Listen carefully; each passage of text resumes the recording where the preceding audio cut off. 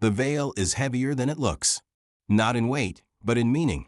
Coarse white wool is drawn down over the girl's head, filtering the light until the world softens into a pale, suffocating blur. Sound dulls. Faces become shadows. She is still standing in the open air of Rome, surrounded by family, neighbors, ritual witnesses, but already she feels sealed away. The wedding has begun, and with it, the slow disappearance of who she has been. Roman weddings did not open with laughter. They opened with restraint, with discipline, with a silence so deliberate it felt rehearsed. The bride was expected to speak little, smile less, and lower her eyes as if humility itself were the dowry being transferred. Around her, ancient words were recited, phrases older than memory, repeated so often they no longer needed to be understood. This was not a ceremony designed for joy. It was designed for control. She is young, often younger than the men negotiating her future. Her age is never announced, but everyone can see it in the way her hands tremble beneath the veil, in the careful way she stands as if afraid to take up too much space. Only days ago, she belonged to her father's household, defined by a name she learned before she learned fear.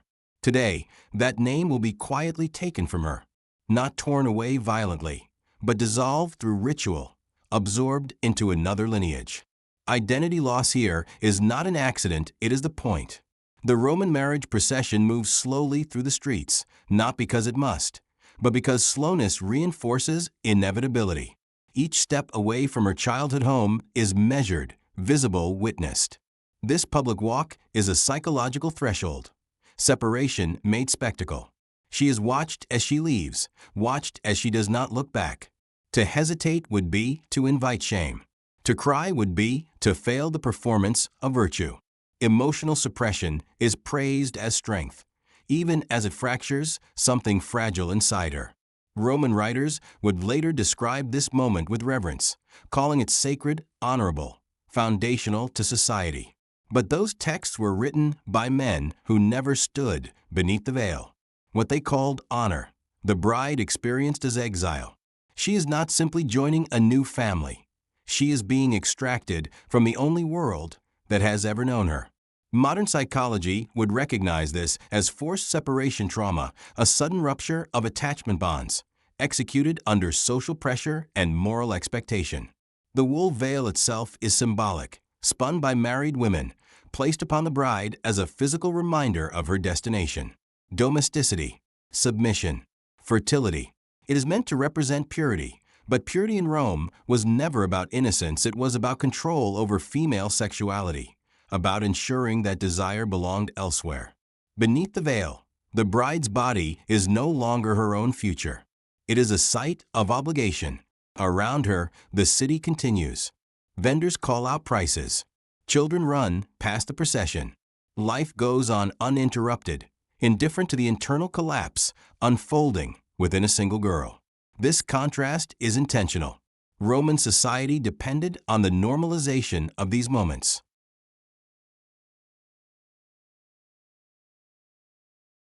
If the fear were visible, if the silence broke, the ritual would lose its power. So the bride learns quickly. Suffering must be quiet to be acceptable. She does not choose this marriage. Choice is not part of the vocabulary here. Marriages are arranged to strengthen alliances, preserve property, secure status. The bride is a connective tissue between households, a living contract. Her consent is implied by her presence, not her voice. The absence of refusal is interpreted as agreement. This is how coercion hides in plain sight, disguised as tradition. As the procession advances, her mother walks beside her for part of the way, not holding her hand, not comforting her. There are rules about proximity, about emotional display. The mother's grief must also be restrained, folded neatly into composure. This, too, is learned behavior. Roman women knew what awaited their daughters because it once awaited them. Intergenerational trauma does not need explanation when silence does the work. The bride's mind begins to narrow. Fear sharpens her thoughts, pushing out everything except the next step, the next breath. Psychologists would call this dissociation a survival response to overwhelming stress. She becomes a participant in her own erasure, focusing on compliance because resistance feels impossible. Her stillness is praised, her obedience admired. Inside, something retreats. Ritual objects surround her: fire, water, sacred knots. Each symbol reinforces the same message: transition without return. She is being reborn into a role that does not allow ambiguity. Wife, future mother, property under law. The ceremony frames this as elevation, but elevation here means enclosure.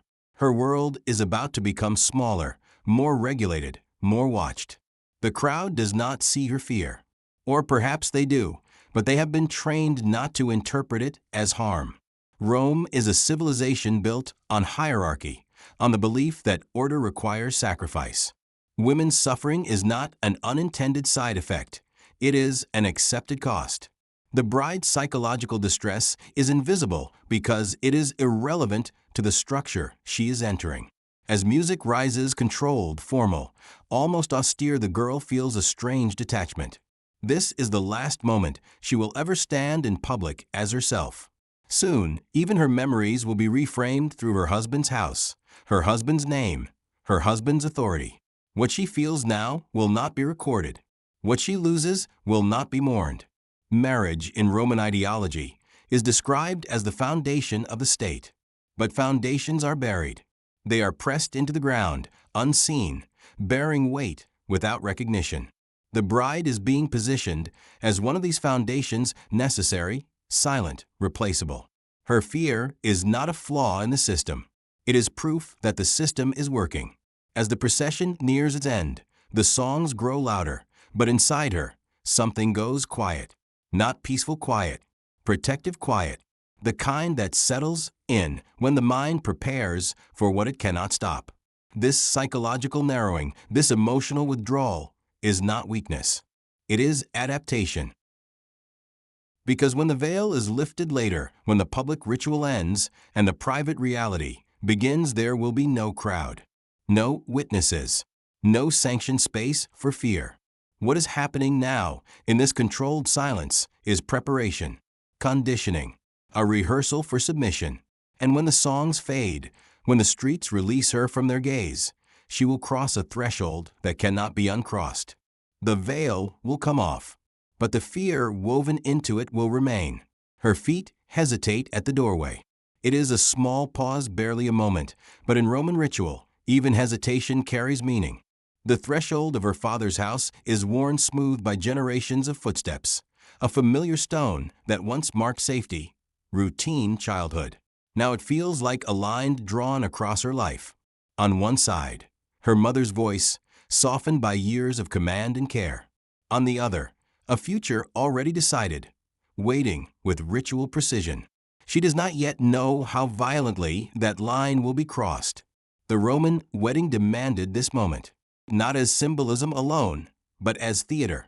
The bride was expected to resist, to cling, to cry out, not because her refusal mattered, but because the performance of abduction reassured society that something valuable was being taken. Roman writers described it as tradition, a remembrance of ancient origins, a harmless reenactment. But reenactments shape memory. They train the body. They teach the mind what resistance looks like and how little it changes. Her mother reaches for her, fingers tightening instinctively at the fabric of her dress. This is the last permitted contact. The rules of the ritual are strict. The separation must be visible, decisive, and final. When the groom's attendants step forward, they do not rush. They do not need to. Power does not hurry. They place their hands on the bride's arms, firm but controlled, as if guiding rather than taking. The illusion of gentleness is part of the lesson. She is pulled away, not dragged through the streets. Screaming Roman ceremony was too refined for that, but removed with a practiced authority that leaves no room for doubt. The message is clear. You are no longer protected here. Whatever bond existed between mother and daughter is now subordinate to another claim. This moment is designed to rupture attachment. Modern psychology would call it a forced severing of primary emotional support, executed in public to ensure compliance through shame. The bride's resistance is brief. It must be. Too much struggle would reflect poorly on her family, suggest disorder, lack of discipline. Too little, and she would be accused of immodesty, eagerness, moral failure. There is a narrow corridor of acceptable fear, and she is expected to walk it perfectly. This is not choice. It is coercion disguised as expectation. The crowd watches closely, not with cruelty, but with approval. They have seen this before. They will see it again. In Rome, repetition transforms violence into norm. What once may have been raw abduction women seized in conquest, taken as spoils, has been domesticated into ritual. The danger is not removed. It is aestheticized.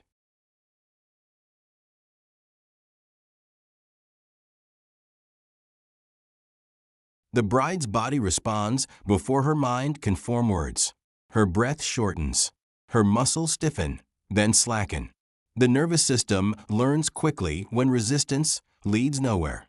Psychologists describe this as learned helplessness, a state where the individual stops attempting to change their situation because every attempt has been overridden. Rome did not have the term. It perfected the practice. Her mother does not follow. She remains standing in the doorway, arms now empty, face carefully composed. To intervene would be unthinkable. She has already lived this ritual once. She knows the cost of protest. In Rome, maternal love survives by restraint, by compliance, by teaching daughters to endure what cannot be prevented. Trauma here is not personal failure, it is inheritance. As the bride is led away, her feet barely touch the ground. Not lifted, not carried, but guided with an insistence that leaves no alternative. The threshold passes beneath her, and with it, the last physical boundary of her former life. Roman law recognizes this moment as transformative. From here on, she belongs elsewhere. Her legal identity shifts quietly, efficiently, without ceremony equal to its consequence. The crowd's attention lingers, not on her fear, but on the correctness of the ritual. Was the resistance proper? Was the separation clear? Did the bride demonstrate enough modest distress? The emotional reality is irrelevant. What matters is the performance of submission. This is how systems maintain themselves, not through chaos, but through choreography. Inside her, something collapses. It is not dramatic. There is no sudden scream, no internal monologue of rebellion. Instead, a subtle recalibration. She begins to understand that fear will not stop what is coming, that her body is no longer the site of decision, only of experience. Dissociation settles in like a fog, softening the edges of sensation. This is not weakness. It is survival. Roman marriage rituals were explicit about one thing. The bride must be taken, not given. Even when families arranged everything in advance, the language of force remained. Because force communicates hierarchy. It establishes the husband's authority not just over her body, but over her will. The wedding night will later confirm this privately. This moment confirms it publicly. As they move through the streets, her tears dry. Not because the fear has passed, but because it has changed shape. Fear becomes anticipation. Anticipation becomes dread. Her mind searches for rules, for behaviors that might minimize harm. Compliance becomes strategy. Silence becomes armor. Around her, Rome continues its rhythms. Sandals strike stone. Doors open and close. No one intervenes. No one needs to. The ritual has absolved them. When violence is traditional, responsibility dissolves into custom. The bride is not being harmed. She is being married. Language performs the final erasure.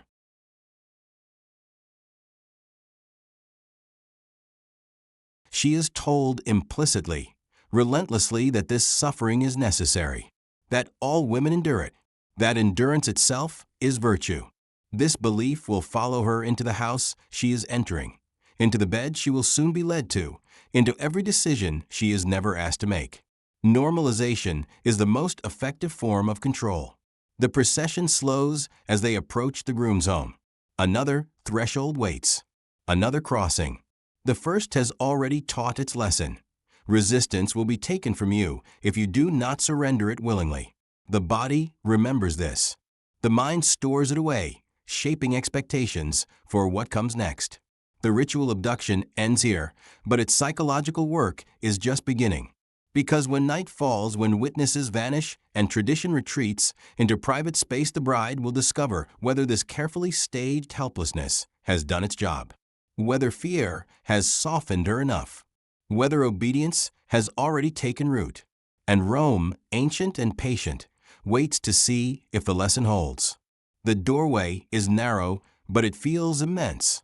She pauses again, not because she believes she can turn back, but because something in her body resists being enclosed. The air inside the house is different, cooler, still. It smells of oil lamps, old stone, and lives already lived without her. This is her husband's home now, though she has not spoken his name aloud today. As she crosses the threshold, the sound of the street fades behind her, swallowed by walls that do not recognize her presence. The noise of Rome does not follow her inside. In Roman belief, thresholds are dangerous places, liminal, spaces where identity shifts, where protection weakens. That is why she is lifted sometimes ceremonially, sometimes practically over the doorway. Her feet are not meant to touch the stone. The gesture is framed as protective, even affectionate. But the symbolism is unmistakable. She does not enter by her own will. She is brought in. The house receives her as something delivered. Inside, everything already belongs to someone else. The furniture is arranged according to habits she did not form. The walls are lined with ancestral masks, wax faces of men who lived, ruled, and died within this lineage. They stare outward, frozen expressions of authority and continuity. These are not decorations. They are reminders. This house has a memory, and she is not part of it yet. Or perhaps she never will be, except as a footnote. The household gods stand near the hearth, small and silent, watching. She knows their names are different from the ones she grew up whispering. In Rome, religion is domestic as much as public. Every household has its spirits, its rituals, its sacred routines. By entering this space, she has severed not only family ties, but divine ones. The gods who once guarded her childhood do not follow her here. Protection, like identity, is territorial. She is led forward, gently but firmly, as if she might wander if left alone. Servants line the edges of the room, heads lowered. They do not look at her. They do not greet her. They do not answer to her. She has no authority here, not yet, and perhaps not ever. In theory, a Roma matrona holds power within the household. In practice, that power is conditional, learned, and always subordinate to her husband's will. Respect must be earned through obedience. Her name changes quietly. It is not announced. There is no formal declaration. But from this moment on, she will be identified in relation to him. Wife of, mother of, eventually. Her given name, the one spoken by her mother in moments of comfort and anger, begins to fade from use. Roman women were often reduced to feminine versions of their family names, a linguistic erasure that mirrored their legal reality. Individuality dissolves into function. Modern psychology would recognize this as identity foreclosure, the forced adoption of a role without exploration or consent. She has not chosen who she will become. She has been told. The house reinforces this lesson with every silent corridor, every unfamiliar sound. Even the walls seem to listen, as if recording her compliance. She is shown where to stand, where to sit, when to speak, when not to. Instructions arrive not as commands, but as expectations. This is how control becomes invisible. No one needs to threaten her.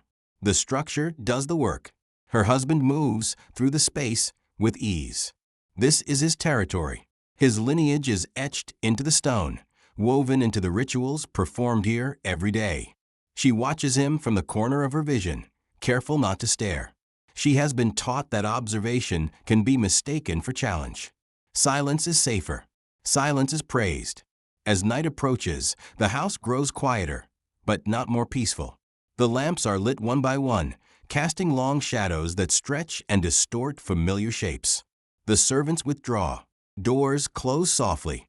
Privacy descends, heavy and deliberate. This is not the comforting privacy of home. It is isolation.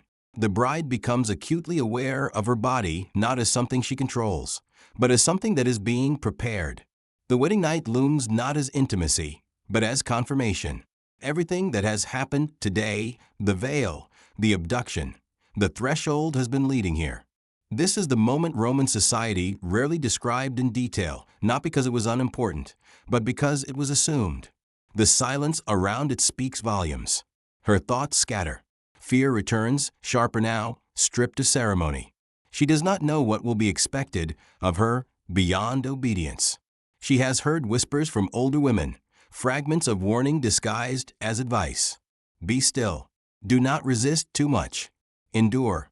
These are not instructions for love. They are survival strategies. The bed waits in the adjoining room, dressed carefully, almost reverently. It is not a place of rest. It is a site of transition, where her status will be sealed. Roman law and custom converge here. Once consummated, the marriage becomes irreversible in ways that matter. Her body is the final document. Psychologically, she is already retreating inward. Emotional numbing sets in, a protective response to anticipated trauma. She focuses on small details, the flicker of a lamp, the sound of fabric shifting, anything to avoid the weight of what is coming. This internal withdrawal is not consent. It is adaptation to power imbalance. Zoom out, and the pattern becomes clear. Rome depended on households like this one. Stable, ordered, governed by male authority. The state did not need to police every home because ritual had already trained its citizens. Women's submission within marriage mirrored Rome's submission of conquered peoples. Control was recursive, fractal, reproduced at every level of society. Zoom back in, and the cost is personal. She feels the absence of her mother most sharply now, not because she expects rescue, but because the memory of being seen fully, without condition, is slipping away. In this house, she will be watched constantly, but rarely understood. Surveillance replaces care. Expectation replaces affection. The house settles around her, enclosing, patient. It does not rush her. It does not need to. Time here moves according to rules she did not help create. The walls have absorbed centuries of similar nights, similar fears, similar silences. Her story is not new. That is what makes it so devastating. As she is led toward the inner chambers, she understands something with chilling clarity. This place will never feel like home. Not in the way her childhood home did. Safety here will be conditional. Belonging will be earned through compliance. Love, if it comes at all, will come on terms she does not set. The house has accepted her, but only as something to be shaped. And in the quiet that follows as the last door closes, the meaning of everything she has endured sharpens into focus. The rituals were not separate moments. They were a progression, each step stripping away resistance, preparing her for the final surrender. The night is no longer approaching. It has already begun. The room is quiet in a way that feels intentional, not peaceful, controlled. The oil lamp burns low, its flame steady, disciplined, as if even fire understands where it is. The bed dominates the space, positioned carefully, not for comfort, but for purpose. Its linens are arranged with ritual precision, smoothed and straightened earlier by hands that will not return tonight. This room is not meant for rest. It is meant for confirmation. Roman writers did not describe this moment. They wrote about laws, dowries, virtues, heirs. They celebrated marriage as a civilizing force, the glue of empire. And then, at the exact point where the bride's fear converged with her fate, they fell silent. That silence is not modesty. It is omission, a deliberate absence that tells us something essential. This moment did not need explanation because it was assumed, normalized, expected. The bride stands near the threshold of the chamber, unsure where to place herself. She has learned this posture throughout the day, waiting to be positioned, waiting to be told. Her body no longer belongs fully to her own intention. It has been guided, lifted, directed since morning. Now, even stillness feels like a mistake she might make wrong. The bed waits. In Roman culture, consummation was not romance, it was transformation.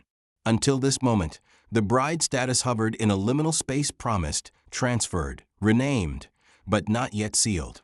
What happens here completes the legal and symbolic process. Her body is the final document, the proof that ownership has changed hands. Consent is irrelevant. Presence is enough. She understands this, even if no one has explained it aloud. Fear tightens in her chest, not sharp, but heavy, a pressure that makes breathing feel deliberate. This is the culmination of everything she has been conditioned for today. The veil taught her silence. The abduction taught her helplessness. The house taught her surveillance. Now, the lesson must be internalized completely. Her husband closes the door. The sound is soft, almost gentle, but it echoes. It seals the room, cutting off the last connection to the world beyond this ritual. There will be no witnesses here, and none are required. Roman society has already authorized what is about to happen. The bride's thoughts fragment. This is a common response to impending trauma, a dissociative narrowing of awareness. She notices details that feel irrelevant, the grain of the wood, the faint scent of smoke, the way her hands feel unfamiliar resting at her sides. This psychological distancing is not choice. It is the mind's attempt to survive an experience it cannot escape. Roman law did not need to describe the wedding night because its outcome was predetermined. Once consummated, the marriage became binding in ways that mattered socially, legally, and economically. The bride's sexual autonomy ended here not through violence that required justification, but through ritual that rendered justification unnecessary. This is power at its most refined. There is no shouting, no overt cruelty, nothing that could be easily condemned. The absence of spectacle is the point. What happens here is framed as private, natural, inevitable. But inevitability is not neutrality. It is the final stage of coercion, where resistance has been trained out of the body before it ever reaches the bed. The bride does not fight, not because she agrees, but because she has been taught carefully, systematically, that fighting is useless, that endurance is virtue, that silence is survival. Modern psychology would recognize this as conditioned compliance, a learned behavioral response to overwhelming authority. Rome perfected this long before it named it. Her body becomes still. Stillness is misread as acceptance. But stillness can also be surrender, without consent, a shutting down of agency when no alternative remains. The distinction matters, even if Roman culture refused to see it. The bed creaks softly as weight shifts. The sound is ordinary.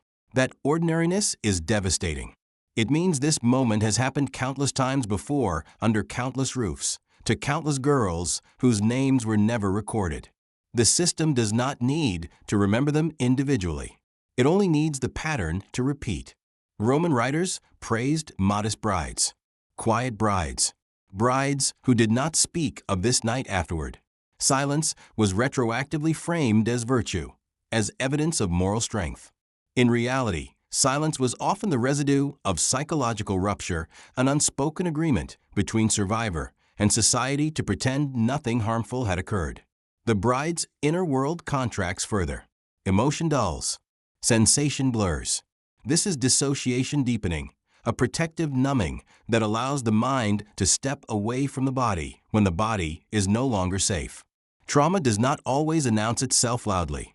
Sometimes it enters quietly and stays. The act itself, whatever its specific details, matters less than its meaning. This is not about desire. It is about confirmation. Authority is being enacted through intimacy, turning the most vulnerable human experience into a demonstration of control. Power does not need chains when it has access. Rome was an empire built on conquest, assimilation, and order. What it did to provinces, it also did to households. What it demanded of the conquered, it demanded of brides. Submission was framed as peace. Silence as stability. The wedding night was a microcosm of imperial logic. Control made invisible through ritual. Zoom back in, and the cost is etched into a single psyche. The bride will carry this moment forward, whether she speaks of it or not. It will shape how she understands her body, her boundaries, her worth.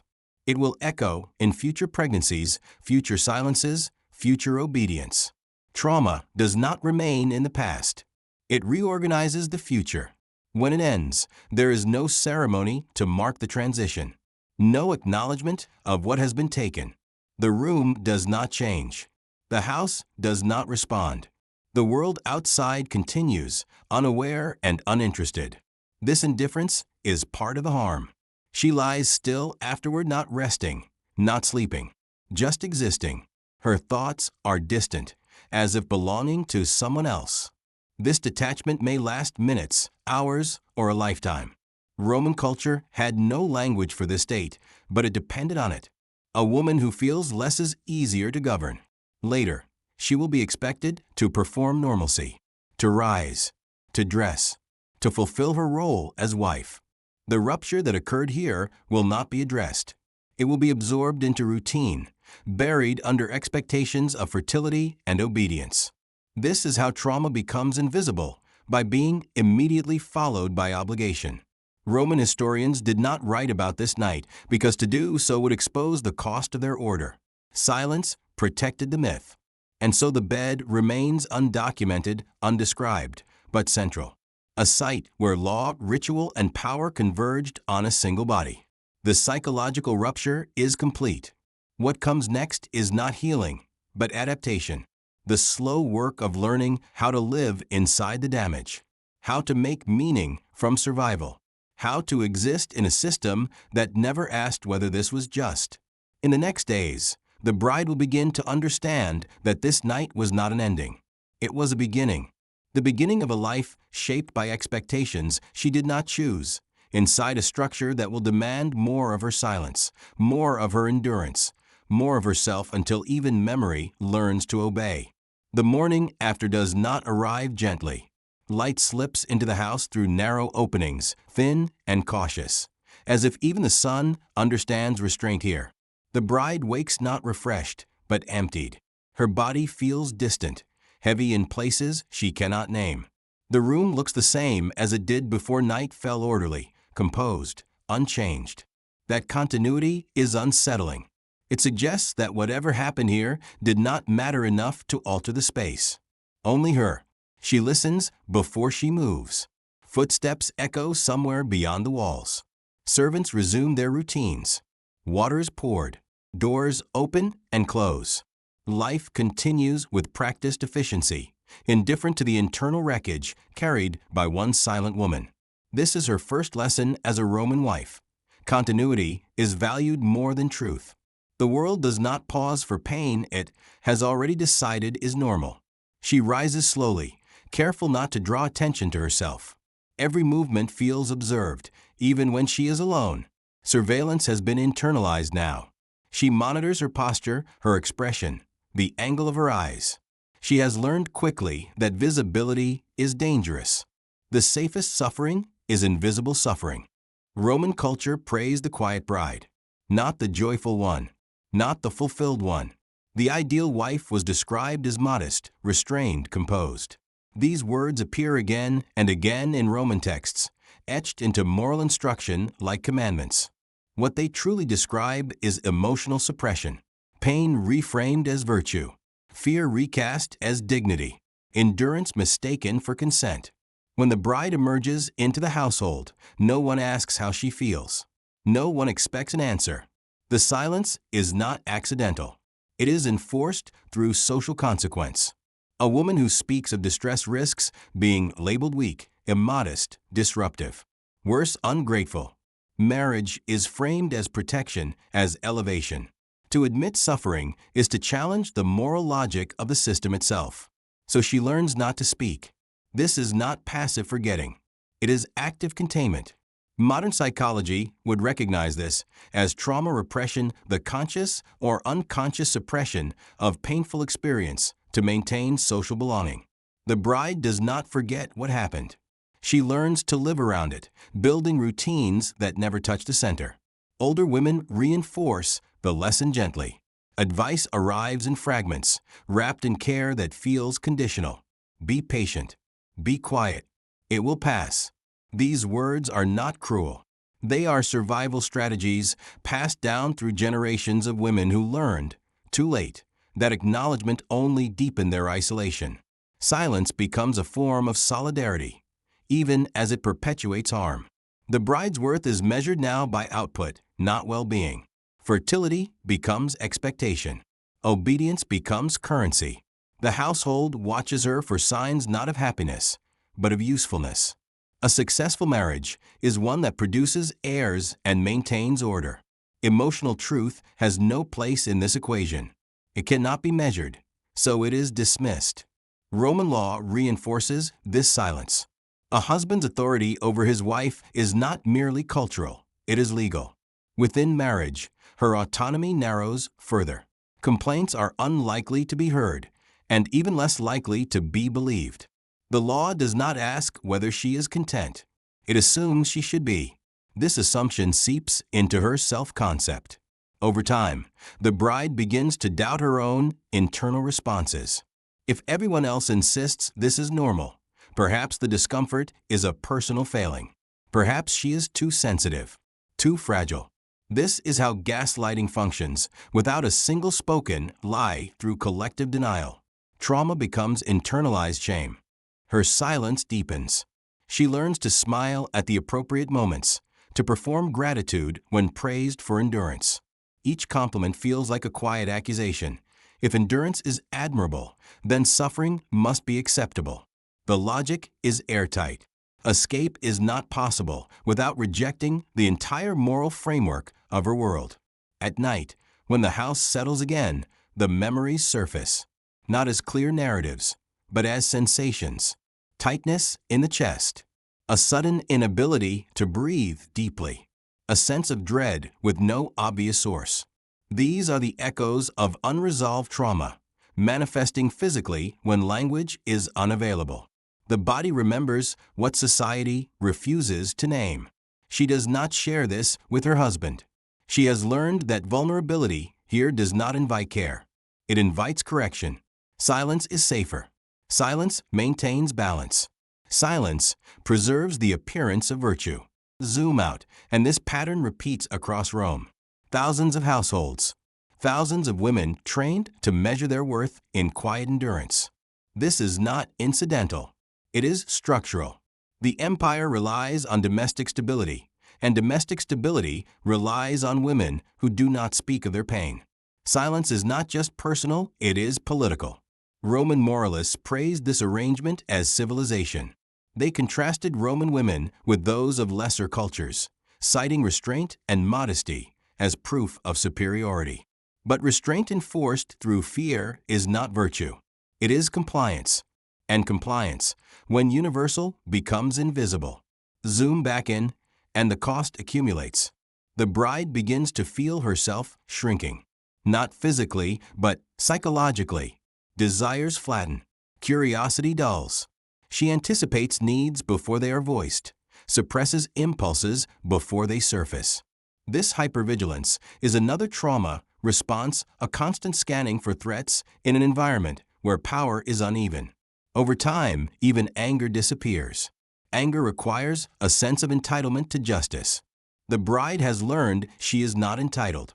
She is responsible for harmony, for heirs, for obedience, but not for herself. Emotional numbness replaces outrage. This, too, is praised as maturity. When she becomes pregnant, the silence intensifies. Her body is now unmistakably fulfilling its purpose. Any lingering distress is overshadowed by congratulation. The narrative shifts. Whatever she endured was worth it. The past is rewritten through outcome. Trauma is retroactively justified by productivity. If complications arise, if fear returns sharper than before, she endures them quietly. She has been taught that complaint threatens not just her reputation, but the legitimacy of the role she occupies. To suffer silently is to belong. To speak is to risk exile, emotional, social, moral. Roman culture does not lack compassion. It simply restricts who deserves it. The bride's suffering falls outside the category of harm that matters. It is expected, normalized, ritualized. By defining distress as part of virtue, the system ensures it will never be addressed. This is how oppression sustains itself without force, not through chains, but through praise, not through punishment, but through moral reward. The bride is applauded for what she survives, not supported for what she loses. Years later, she may struggle to articulate who she is beyond her roles. Wife, mother, matron. Titles accumulate, but identity remains thin. The girl she once was curious, uncertain, unclaimed feels distant, almost fictional.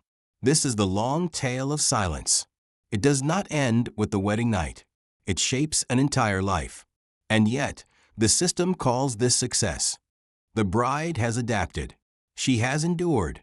She has not disrupted order. Rome continues to function, efficient and untroubled.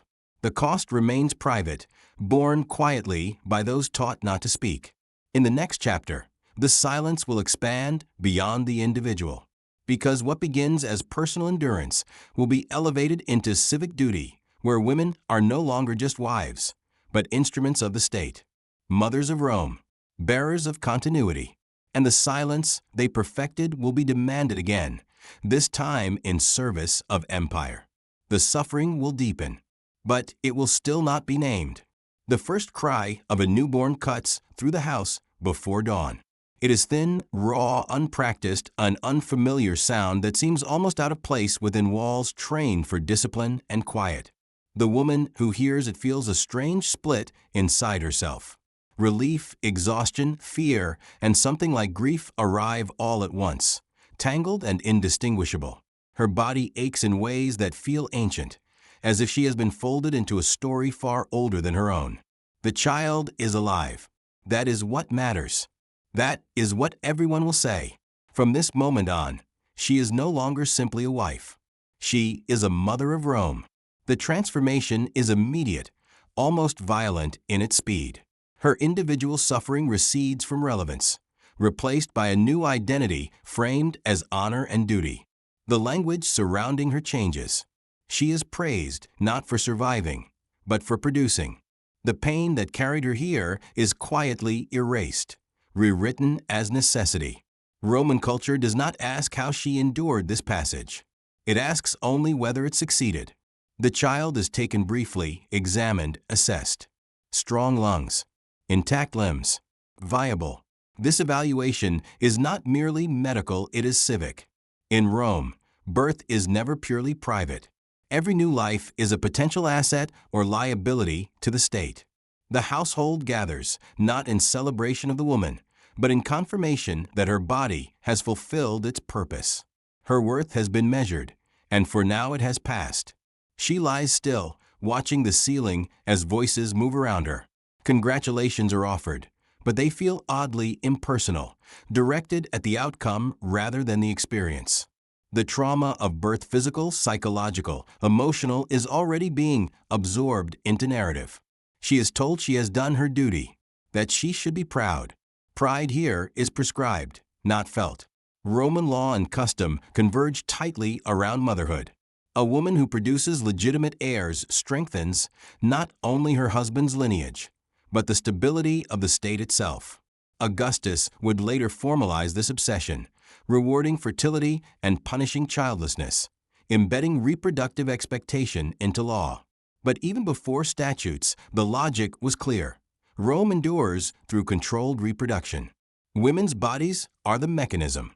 The woman senses this shift intuitively. Where once she was watched for obedience, she is now watched for productivity.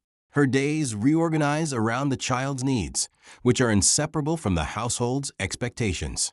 Feeding, cleaning, teaching, preparing the next generation to submit properly to Roman order. Motherhood is not framed as nurturing alone. It is governance at the smallest scale. Her inner world grows quieter. There is little space left for reflection, even less for grief. The relentless demands of care leave no room to process what has been lost. Modern psychology would recognize this as survival-driven suppression postponing emotional reckoning indefinitely because the environment does not permit vulnerability. The system depends on this postponement. She is addressed now by title, mother, matrona. Names fade further into the background. Her individuality dissolves beneath layers of respectability that feel increasingly heavy. Respect in Rome is conditional.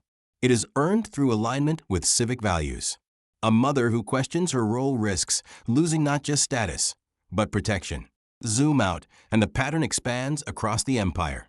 Roman moralists praised women who produced many children, framing them as pillars of civilization. Inscriptions celebrated fertility as virtue. The state inserted itself into the most intimate spaces, regulating marriage, inheritance, and legitimacy. The marriage bed was never truly private. It was a site of surveillance, where the future of Rome was quietly negotiated through bodies that had little say. Zoom back in, and the cost accumulates in silence. The woman begins to experience herself as a conduit rather than a person. Her body feels instrumental, evaluated primarily for its capacity to carry and produce. Emotional needs become secondary, even indulgent. There is no vocabulary here for maternal burnout, for postpartum despair, for the identity fragmentation that follows such complete role absorption. These experiences exist, but they are unnamed and therefore unacknowledged. She watches her child sleep and feels a complicated mix of attachment and fear. Love is there real and fierce, but it is entangled with obligation.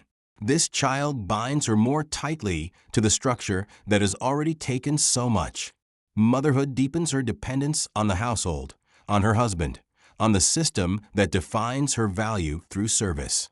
Even affection becomes a form of entrapment. Roman society praises maternal sacrifice. Stories circulate of ideal mothers who endure everything for their children, who place duty above self, who vanish gracefully into their roles. These stories are not neutral. They are instructional. They teach women how to disappear without protest, how to convert erasure into honor. The woman internalizes these lessons slowly. She learns to measure her days by utility.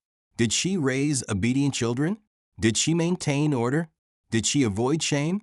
Selfhood becomes fragmented, distributed across tasks and expectations.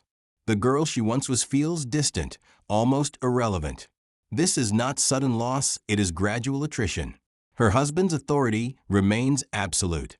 Motherhood does not liberate her. It binds her further.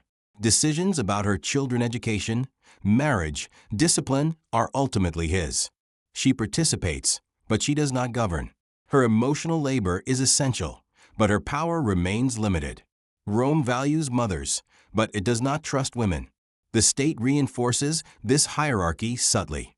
Public honors for mothers exist, but they are symbolic, carefully constrained. Praise never translates into autonomy. The message is consistent. You are vital, but not sovereign. Necessary, but not free. Over time, the woman begins to anticipate expectations before they are spoken. She aligns her desires with what is required, suppresses anything that does not fit. This anticipatory compliance is a hallmark of long-term oppression. When the system no longer needs to enforce itself explicitly, it has succeeded. She may give birth again, and again. Each time, the cycle repeats: pain absorbed, silence praised, productivity rewarded. The accumulation of trauma does not register as harm within Roman logic. It registers as success. The empire grows. Lineages continue. Order is preserved. Zoom out once more, and the design becomes unmistakable. What began as a personal loss, the severing of a girl from her identity, reveals itself as architecture. A system engineered to extract continuity from controlled bodies, to turn private suffering into public stability.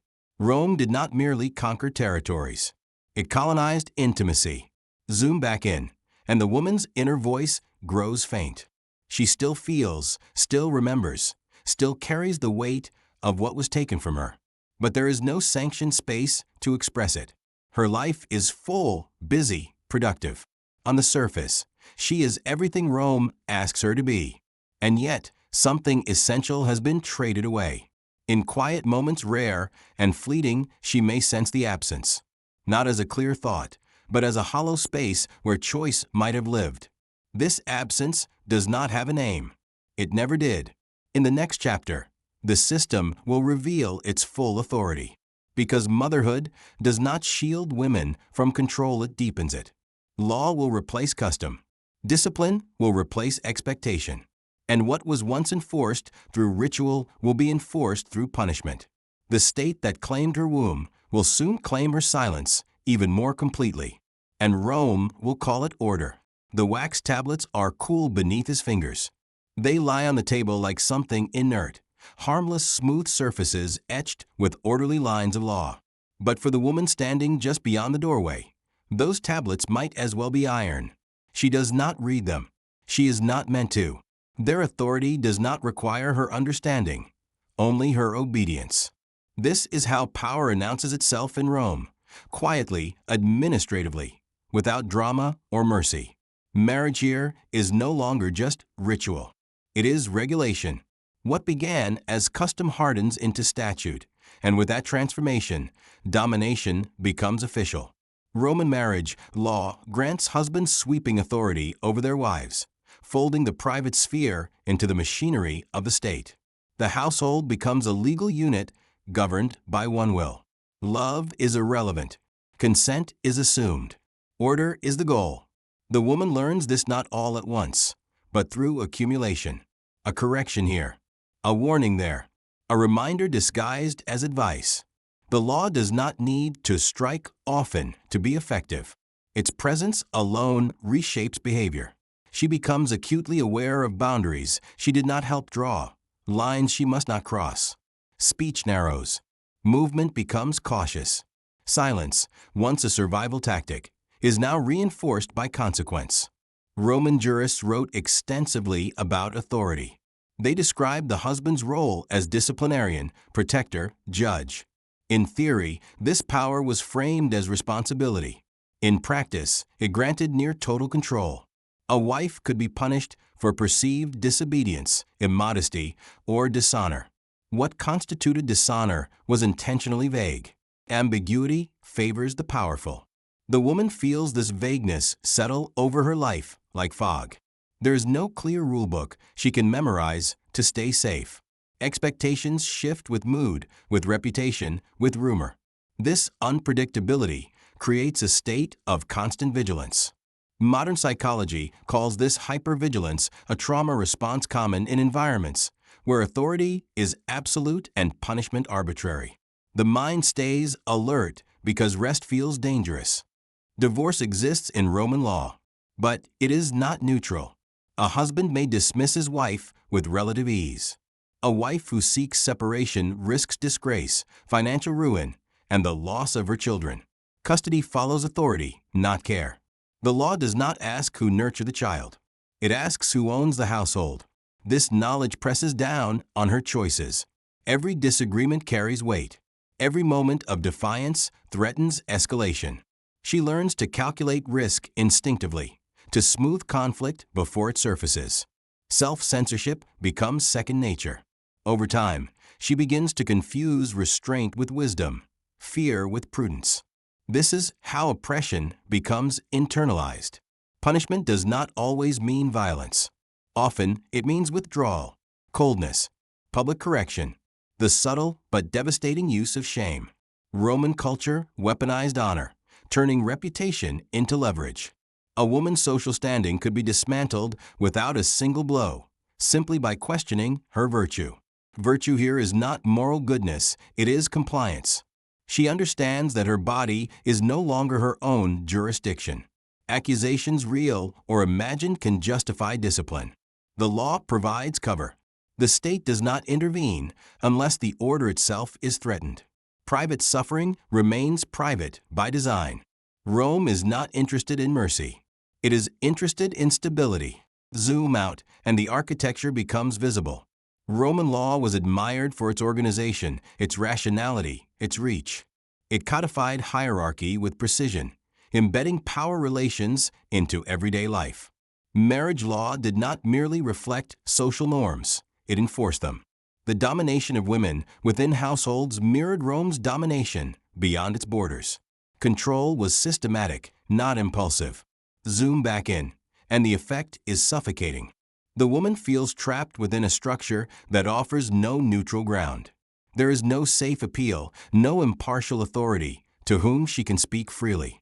The law is not broken, it is functioning exactly as intended. Her survival depends on navigating it carefully, never openly challenging its logic. She begins to experience a narrowing of possibility. Dreams fade. Hypotheticals disappear. She no longer asks what she wants, only what is allowed. This cognitive constriction is a hallmark of long-term coercion. When the future feels predetermined, imagination becomes dangerous. Even motherhood does not shield her. The same laws that elevate her as a producer of heirs also bind her more tightly to her husband's authority. Her children can be used as leverage, their futures contingent on her behavior. Maternal love becomes another point of vulnerability. Power here is not chaotic. It is strategic. Roman moralists praised this order. They argued that discipline within the household ensured discipline within the state. A man who governed his wife effectively was seen as fit to govern others. Domestic domination became proof of civic virtue. The personal was political long before the phrase existed. The woman absorbs this ideology reluctantly. She learns that to protest is to invite scrutiny. To endure quietly is to remain intact, at least outwardly. Her inner life retreats further, becoming a private refuge that must never be revealed. But even this refuge is fragile. The longer suppression lasts, the harder it becomes to remember what was suppressed. Fear shifts shape again. It is no longer sharp. It is ambient, a low hum beneath daily life, guiding decisions invisibly. She wakes with it. She sleeps with it. This chronic fear does not feel dramatic enough to justify complaint. That is its power. The law stands firm, indifferent. It does not see her trembling hands, her careful words, her calculated silences. It does not need to. It measures success by order maintained, not harm prevented. Justice here is not about protection. It is about preservation of hierarchy. Years pass. The woman becomes adept at survival within these constraints. Outsiders may see stability, respectability, even comfort. They do not see the constant self-erasure required to maintain it. This erasure is not accidental damage. It is the mechanism by which the system sustains itself. Zoom out once more, and Rome appears magnificent. Roads stretch across continents. Laws unify diverse peoples. Order reigns. This is the image Rome preferred to project, civilization triumphing over chaos. But beneath that image lies a quieter truth. Order built on silence, authority built on submission, law built without the voices of those most constrained by it. Zoom back in, and the woman stands alone with her calculations. She has learned how to live within the rules. But she has also learned that the rules will never bend toward her. Mercy is not written into them, only obedience. In the next chapter, the consequences of this structure will echo forward in time. Because the law does not forget, it shapes generations. The silence it enforces becomes tradition, memory, inheritance. And long after Rome's roads crumble, the logic of this power organized, justified, unyielding will continue to haunt the lives built in its image. The system will endure, and so will the silence it demands. Dawn arrives without ceremony. It slips into the room quietly, pale light touching stone and fabric as if testing whether it is allowed to be there. The woman wakes not because she has rested, but because her body has learned to surface when the darkness recedes. Morning does not feel like relief. It feels like continuation. The night is over, but it has not ended. She lies still listening. The house breathes around her with settling, footsteps beginning again in distant corridors, the muted rhythms of a household resuming its order. Nothing marks this morning as different from any other. That, more than anything, unsettles her. The world has absorbed what happened and moved on, leaving her alone with its residue. This is the first echo. The wedding night was not a single event. It was an origin point, a fracture that sends hairline cracks forward through time, shaping how she moves, how she thinks, how she understands herself. Trauma does not announce itself once and then depart. It lingers, repeating itself in quieter forms. In the days that follow, she notices small changes. She speaks less. When she does speak, she measures her words carefully, weighing them against possible consequences. She flinches at unexpected sounds. She avoids eye contact longer than necessary. These are not conscious decisions. They are adaptations. Her nervous system has learned that safety depends on anticipation. Modern psychology would recognize this as trauma conditioning. When an experience overwhelms the mind's ability to process it, the psyche reorganizes around survival. Hypervigilance replaces curiosity. Compliance replaces expression. Over time, these responses feel less like reactions and more like personality. The woman does not think, "I am afraid." She thinks, "This is who I am now." Memory begins to behave strangely. Some details of the first night feel painfully vivid: the smell of oil, the texture of fabric, the sound of a door closing. Other parts are inaccessible, as if blurred or erased. This fragmentation is not forgetfulness. It is the mind's attempt to contain what cannot be integrated. The memory exists, but it does not exist as a coherent story. This makes it difficult to speak, even if she wanted to. Language requires sequence. Trauma resists it, and Roman culture offers her no framework for articulation anyway. There are no words here for violation without crime, for harm without transgression. What happened was legal, expected, proper. The gap between experience and explanation widens. Years pass. From the outside, her life appears orderly. She fulfills her duties. She bears children. She manages the household with competence that earns respect. This outward stability is often mistaken for healing. In reality, it is accommodation. The system has not repaired her. It has trained her. She learns to ration agency. Not all submission is total. Even within constraint, small decisions remain: how to arrange a room, when to speak gently, when to remain silent. These fragments of control become precious. They are not freedom, but they offer the illusion of authorship. The woman clings to them, shaping her identity around what little remains hers. Emotion dulls gradually, not all at once, not completely, but enough that intensity feels dangerous. Joy is permitted only when it aligns with expectation. Anger is swallowed before it reaches her mouth. Sadness is private, fleeting, quickly folded away. Emotional regulation becomes emotional suppression, praised as composure. This is how trauma becomes tradition. Older women model it. Younger women absorb it. No one names it as damage. It is passed down as wisdom. Be careful. Be quiet. Endure. These phrases carry the weight of generations, spoken with the authority of survival. Zoom out, and the pattern is unmistakable. Rome does not need to enforce obedience constantly because it has already shaped the internal landscapes of its women.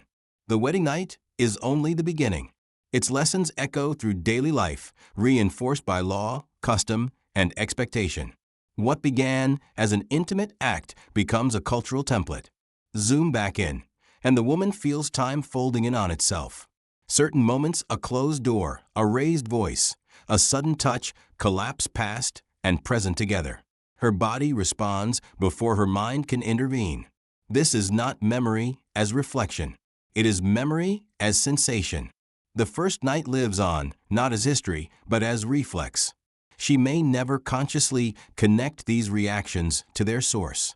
Roman culture does not encourage introspection. It rewards function.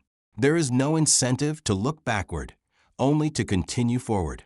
The woman becomes adept at this forward motion, even as something essential remains unresolved beneath it. Motherhood complicates this further. She loves her children deeply. That love is real, anchoring, profound. But it is also shaped by fear. She worries about their futures, especially her daughters. She teaches them caution before she teaches them confidence. She prepares them for endurance without ever naming why. This is not cruelty. It is inheritance. The daughters grow up watching her. They learn what womanhood looks like by observing what she does not say. They absorb the silences as instruction. When their time comes, the rituals will feel familiar, even if the fear does not. Trauma has been normalized into expectation.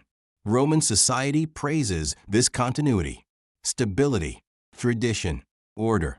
These are the virtues Rome celebrates, unaware or unwilling to acknowledge that they are built on accumulated psychological harm. The system does not collapse under this harm. It is strengthened by it. Women who expect less demand less. The woman senses this, dimly. In rare moments of solitude, she may feel a flicker of grief for a self she can barely remember. Not a specific version of herself, but the idea that there could have been alternatives. These thoughts are fleeting, dangerous. She lets them pass without examination. Years later, the first night still shapes her reactions. Not because she dwells on it, but because it reorganized her understanding of power. She learned early that resistance was futile, that silence preserved order, that adaptation was survival. These lessons do not expire. They embed themselves into her worldview, guiding her long after the original threat has passed. This is the quiet genius of the system. It does not rely on constant force. It relies on memory, on learned submission, on the internalization of limits. The wedding night becomes a reference point against which all future experiences are measured. If she endured that, she can endure anything. That belief is both strength and wound. Zoom out again, and the echo stretches across centuries. Rome falls. Laws change. Empires dissolve. But the logic persists. Ritualized initiation into submission. Silence praised as virtue. Trauma reframed as tradition. These patterns do not vanish with marble ruins. They adapt. Zoom back in, and the woman grows older. Her body carries the years, the births, the labor. Her mind carries something quieter, harder to trace. She has survived. She has functioned. She has fulfilled every expectation placed upon her. By Rome's standards, her life is a success. And yet, something remains unaccounted for. Not loss exactly. Not pain in the way pain is usually understood. More like absence. A narrowing. A sense that the world has always been smaller than it might have been. She does not speak of this. She has learned that survival does not require articulation. It requires adaptation. And so the echo continues, passed down not as story, but as structure. In the next chapter, the silence itself will be examined. Because what Rome did not record, what it refused to say, may be the most revealing truth of all. The absence in the histories, the gaps in the texts, the missing voices of women like her are not accidental. They are the final echo of the first night. And they still speak. The page is clean. Smooth parchment, careful script. Margins measured with precision. Roman histories survive like this, orderly, confident, authoritative. They speak of laws passed, families founded, morals preserved. They praise marriage as the bedrock of civilization, the quiet mechanism through which Rome reproduced itself not only biologically, but ideologically. What they do not speak of is the silence inside the houses, the silence that made this order possible. The historians do not lie. They simply choose where to look. When Roman writers describe marriage, they do so from above, from a distance that flattens experience into principle. Marriage is stability. Marriage is discipline. Marriage is civilization triumphing over chaos. These words repeat across centuries of texts, insistent and self-congratulatory. And yet, beneath every declaration of order lies an unasked question. Order for whom? The women are not quoted. They appear only as roles: wives, mothers, daughters, never as narrators of their own interior lives. Their fear is invisible because it is not legible to a system that values outcome over experience. The absence is striking once you notice it. Thousands of pages survive, and still, no one asks how the bride felt when the door closed. This absence is not accidental. Roman historiography was written almost entirely by elite men, trained to see the household as a unit of governance, not a site of vulnerability.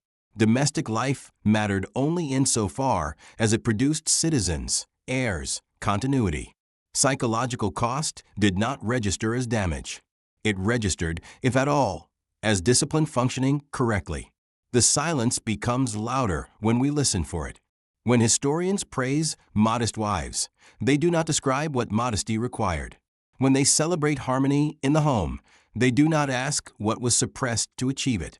When they admire female virtue, they do not define it beyond obedience. Each omission narrows the picture, flattening lived complexity into moral ideal. Modern readers sense the gap instinctively. We recognize the pattern. Systems that call themselves stable while demanding silence from those most constrained by them. Control framed as peace. Submission reframed as virtue. Roman marriage becomes familiar not because it is ancient, but because its logic persists. Zoom in, and the absence takes shape. Somewhere behind these texts are women who learned to speak carefully, then not at all. Women whose inner worlds were never recorded, because they were never solicited. Women whose endurance was celebrated precisely because it did not disrupt the narrative of order. Their silence is not proof of contentment. It is evidence of exclusion. Roman historians were not interested in psychological interiority. That concept itself was underdeveloped, reserved mostly for elite male reflection. Women's emotional lives were considered irrelevant to the functioning of the state. If the household ran smoothly, if heirs were produced, if honor was maintained, then nothing of importance had been lost. But something was always being lost. The cost was paid privately, absorbed into routine, normalized through repetition. Trauma does not leave architectural ruins. It leaves patterns of behavior, habits of silence, traditions that feel inevitable because their origins were never named. Reading Roman texts closely reveals this tension. They obsess over regulation, over boundaries, over control of women's bodies and conduct. Such fixation rarely arises from confidence. It arises from anxiety. A system that fears disorder must constantly reinforce itself. The more Rome insisted on marital discipline, the more it revealed its dependence on women's compliance. Zoom out, and the contrast sharpens. Rome celebrates itself as rational, lawful, superior to the so-called chaos of others. Yet its domestic order relies on unspoken suffering. Its stability depends on women who learn to endure without record. This is not a contradiction. It is the foundation. The historians do not describe the wedding night. They assume it. They glide past it. That silence mirrors the social silence imposed on brides themselves. What happens in the bed does not require articulation because it has already been authorized. The absence of description is itself a form of consent granted by those with the power to write. This is how history collaborates with power, not by inventing falsehoods, but by curating relevance, by deciding which experiences deserve preservation and which can vanish without consequence. The Roman bride disappears not because she was insignificant, but because her significance was inconvenient. When women do appear in the histories, they are often extremes. Saints of virtue, symbols of excess, moral lessons rather than people. The ordinary, enduring woman, the one who survives quietly, who adapts without drama, is largely absent. And yet, she is the one upon whom the system relies most heavily. Her silence stabilizes everything.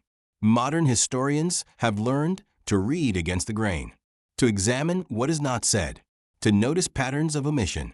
When entire populations leave no first-person accounts, it is not because they had nothing to say. It is because no one gave them the authority to say it. The Roman bride's story survives only in fragments, in legal restrictions, in ritual descriptions, in moral prescriptions that betray anxiety about female autonomy. Each rule hints at resistance, once present, now suppressed. Each regulation suggests a fear that order might fracture if silence broke. Zoom back in, and we imagine the woman behind the text.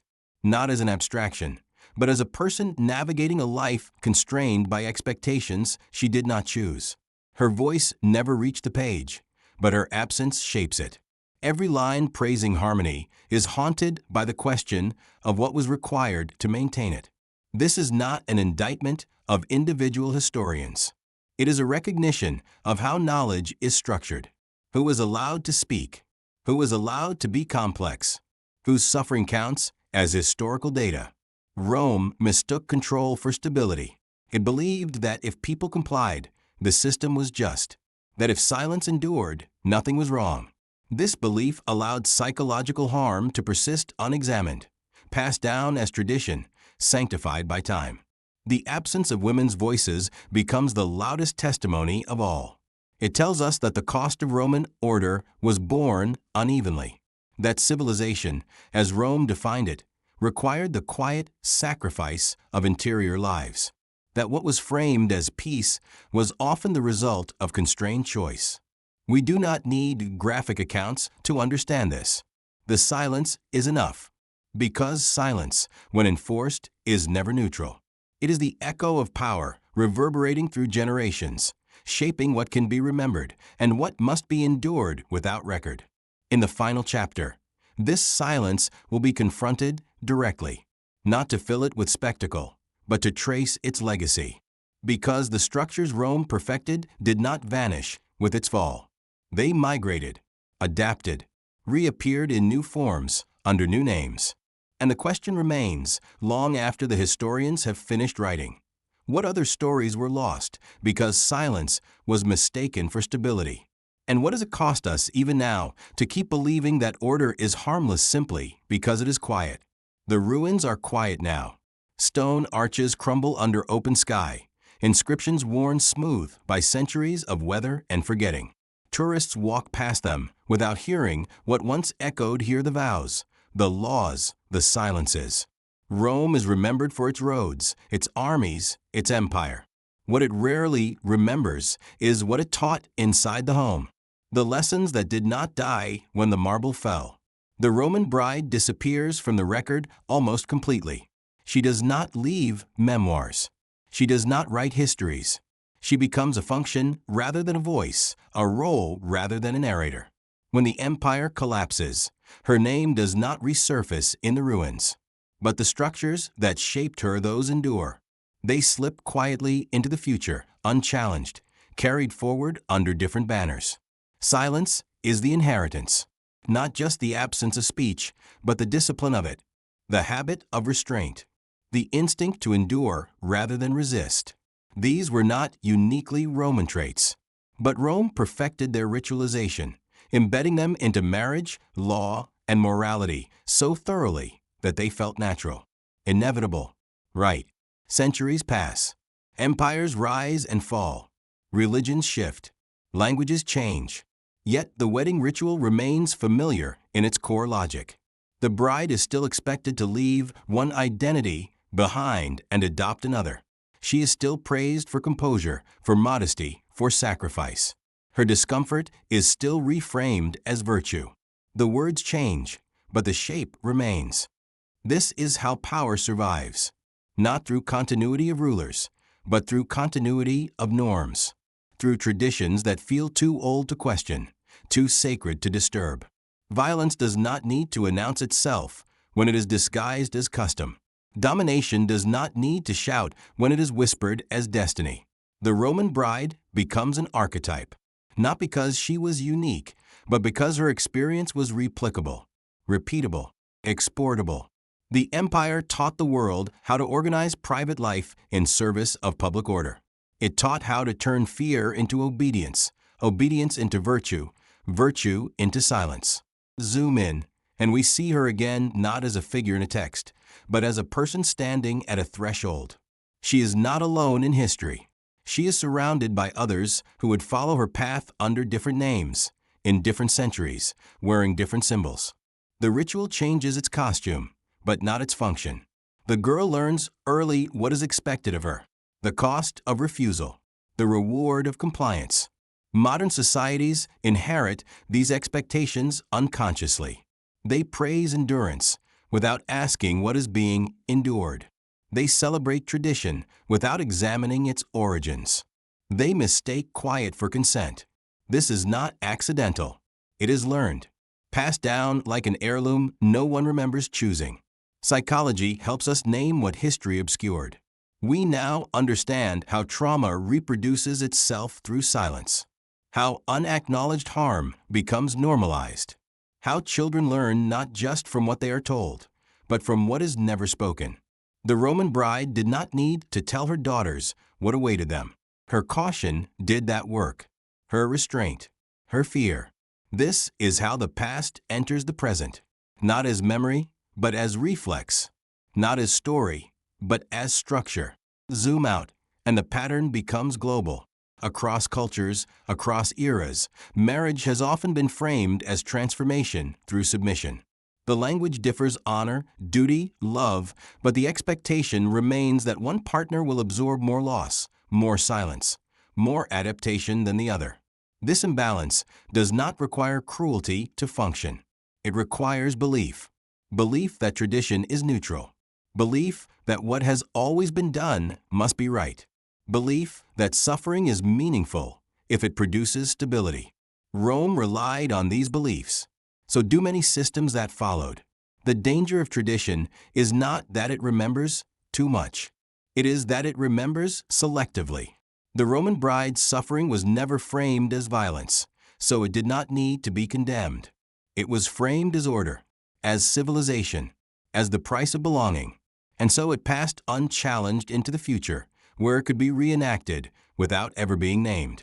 This is the forbidden history, not the spectacle of domination, but its quiet administration. Not cruelty shouted, but cruelty normalized. The kind that survives precisely because it does not look like harm to those who benefit from it. Power teaches silence because silence protects power. When victims do not speak or are never asked to, structures remain intact. Questions go unformed. Doubt is deferred. The Roman bride did not need to be erased violently. She was erased administratively, by law, by ritual, by history itself. Even now, her absence lingers, in the way we tell stories about the past, in the way we frame marriage, duty, sacrifice, in the way discomfort is dismissed if it aligns with expectation, in the way voices are deemed unnecessary because the system appears to function. But function is not justice. Order is not innocence.